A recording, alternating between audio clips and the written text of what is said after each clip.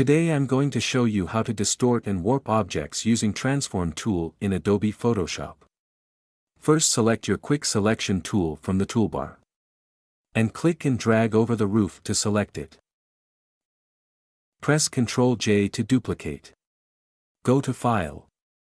Place Embedded. And place your second image. Then right-click and choose the Distort. Click and drag of the corner handles. Right-click again and choose the Warp. Open the grid list at the top and select Custom. For the columns and rows, I'll type in 23 in 1. Go to the bottom right corner and click the second handles. Hold the Shift key on the keyboard and continue to skip one handles.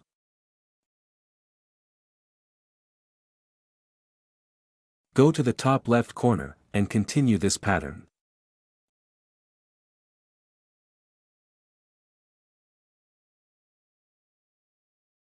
Hit Enter on the keyboard. Right-click and create clipping mask. Change the blend mode of this layer from normal to multiply. Click the FX icon and choose the blending options. Now hold the Alt key to split the white slider of the underlying layer.